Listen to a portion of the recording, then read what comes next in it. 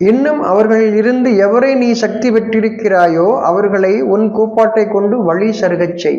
உங்களெல்லாம் ஒன்று சேர்க்கிறேன்னு சொல்லி தொண்டை நரம்பு புடைக்க கத்தி பேசுறது.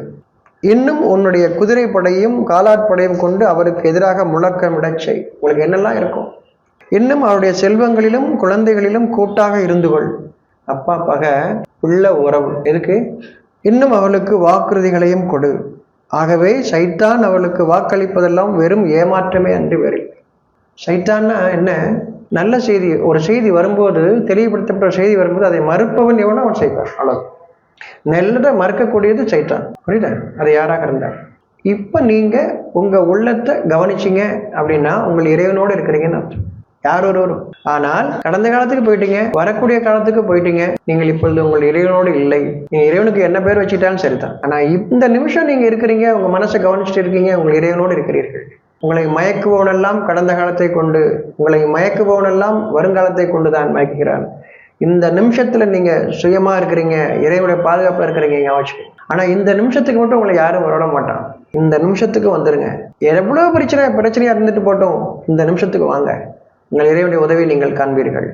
ஆனால் நீங்கள் மயக்கத்திலே இருக்கிறீங்க. முன்னும் பின்னும் ஆக்குவதெல்லாம் வழிகேடு. முன்னாடி போயிடுறீங்க இல்லை பின்னாடி போயிடுறீங்க. இந்த நிமிஷத்துக்கு வாங்க. உங்கள் இறைவன் அருள் வேண்டும் என்றால் கடந்த காலத்துக்கு போயிடுறீங்க, யுகங்களுக்கு போயிடுறீங்க. அந்த யுகம், இந்த யுகம், சத்திய யுகம், என்னென்னமோ யுகம்லாம் சொல்கிறீங்க. நீங்கள் தெரிஞ்சு வச்சுருங்க, போய் வந்தவங்க மாதிரி பேசுகிறீங்க. சத்திய யுகம்ன்றது இந்த நிமிஷம் இருக்கு. இந்த நிமிஷம் சத்திய யுகம். உண்மையானது எது உண்மை? இந்த நிமிடம் உண்மை. இதுதான் சத்திய யுகம். 50 லட்சம் வருஷத்துக்கு ஒருத்தர் தான் சத்தியம் வரும். 40 லட்சம் வருஷம் இந்த யுகம், அப்புறம் இன்னொரு யுகம், அப்புறம் இன்னொரு யுகம், இது கலியுகம். இந்த யுகங்கள் எல்லாம் உங்களுக்கு முன்னும் பின்னும் ஆக்கின யுகங்கள். சத்திய யுகம் தான் நல்ல யுகம்னு சொல்றீங்க. அது இந்த நிமிஷத்துல இருக்கு. இந்த வினாடியில் இருக்கிறது. நீங்கள் இந்த வினாடியில் உங்கள் மனம் அறிவிக்கக்கூடியதில் வாழுங்கள். சத்திய யுகத்தில் இருக்கிறீர்கள். நல்ல காலத்தில் இருக்கீங்கன்னு அர்த்தம். கெட்ட காலம் எதுன்னா நீங்க முன்னாடி போயிட்டீங்க, பின்னாடி போயிட்டீங்க. வரலாறுகளில் நீங்கள் லயிக்கிறீர்கள். எவர்கள் உங்களுடன் இல்லையோ அவளை பற்றியே நினைத்துக் கொண்டிருக்கிறீர்கள். அவள் எங்களை காப்பாற்றுவார்கள் அல்லது இனிமேல் வருவார்கள்னு காத்துட்டு இருக்கீங்க.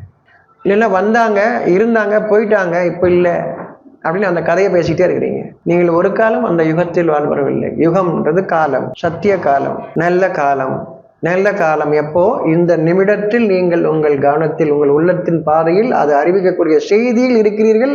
உங்கள் இறைவனோடு, இறை செய்தியோடு, உண்மையான சத்திய யுகத்தில் நீங்கள் இருக்கிறீர்களா? சைத்தான் அவனுக்கு வாக்களிப்பதெல்லாம் ஏமாற்றமே. வந்துரும் வந்துரும் வந்துரும் சொல்லிட்டார்.